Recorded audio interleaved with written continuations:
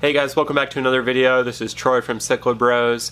In today's video, we're going to be doing a spotlight on my 180 gallon aquarium, as there's some updates to give here, and there's also a new fish that I'm going to be adding to the tank as well. I feel like we focused so much on the 150 lately that we haven't really talked about the 180 much, so it's time to change that and give a full update on this tank. If you haven't already, please consider hitting that subscribe button. We'd really appreciate it, and let's dive right in.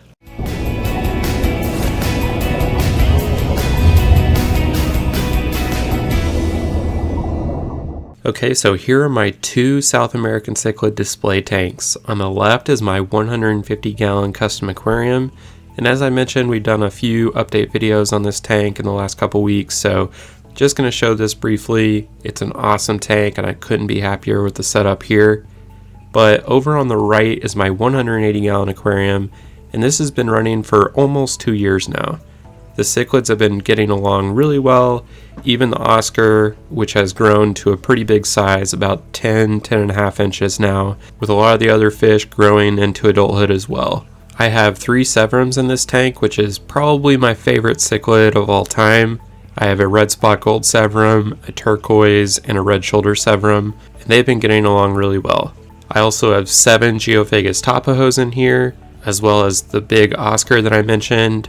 I have a bala shark, which is the one non-cichlid in this tank. I have one pretty old electric blue acara. It's about 4, maybe 4.5 years old now. And just a couple other cichlids I have in here are the chocolate cichlid, the Geophagus dindacneri, one Satanoparagera pari, and one Cyclosoma bimaculatum.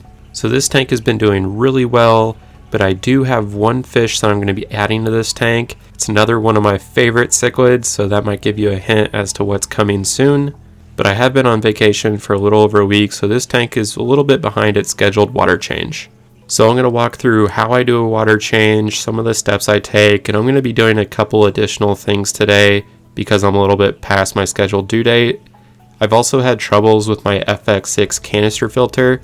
This is one of my 2 FX6s that I generally think are great filters, but this one has slowly stopped working and now doesn't work at all. I've cleaned it thoroughly. I've actually replaced the impeller, which was about $70 on Amazon, and I cannot get this thing working. I've even cleaned out the intake and outtake hoses, and I have not been able to get them to work. I might just have to replace this filter altogether. But that is a benefit of having 2 filters on your tank, is for that redundancy. If one of your filters for some reason has issues, the other one should be able to maintain the tank for a short period of time until you can replace or fix the previous filter. So these guys are clearly begging for food, so I'm going to feed them real quick and then we'll go ahead and get the water change started. I usually feed cichlid pellets and flakes from Extreme, with an occasional frozen food as a treat, maybe once per week.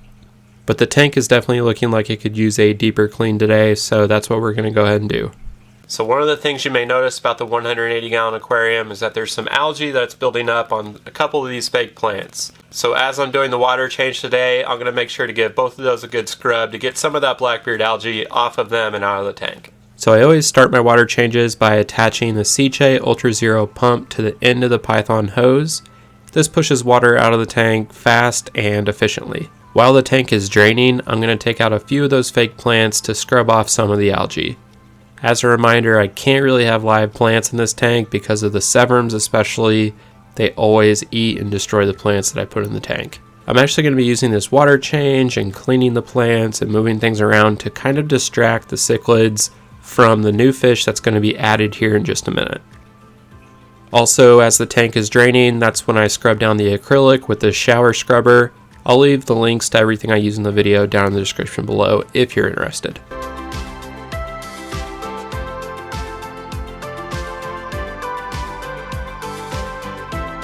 So the new fish we're going to be adding is something you may have guessed, and that is one of my favorite all-time cichlids, another severum. I've had this severum in my 75 gallon tank growing out for a while, and I kind of backed myself in a corner as to where this fish was going to go. I have plans for the 75 gallon tank and it's just not going to fit in there, so he's going to be going into my 180. Once you see him in the tank in the 180, you'll see just the size difference and just how big the boys are in the 180. And as I was doing all this, I forgot to turn the camera on as I added him to the tank, but here he is in the middle of the water change. I got them into the tank with relative ease, and it does look like the strategy is working, as a lot of the bigger fish are kind of aware, but they're also pretty distracted and not really picking at him. I was most interested to see Big Red, my other red spot-gold severum's reaction to seeing this new guy of the same species, and there didn't seem to be any problems with Big Red. I feel like it's only appropriate to name the other one Lil Red.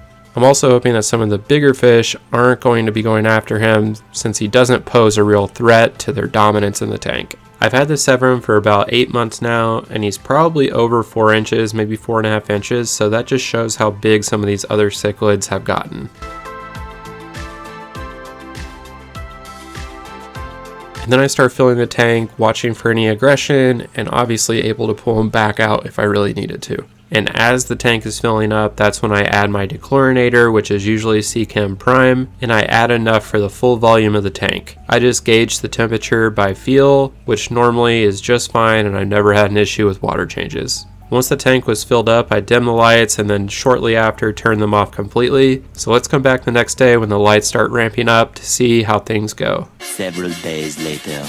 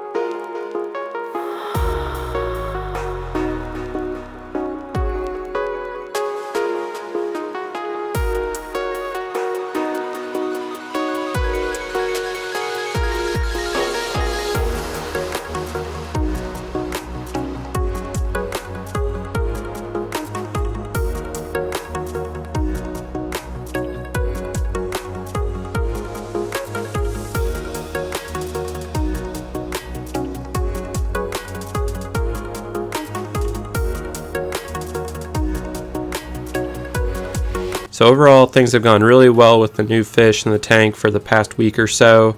I really like the additional pop of orange color, and it might be a potential friend for Big Red, so who knows. On another exciting note, I do have this 75-gallon aquarium that is now open, and I am ready to restock this. I have some really cool plans, and I can't wait to show that on the channel, so make sure you hit that subscribe button so you don't miss that.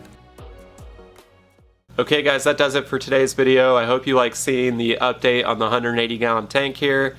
If you haven't already, please consider hitting that subscribe button. We'd really appreciate it. Thanks again for watching, and we'll see you next week.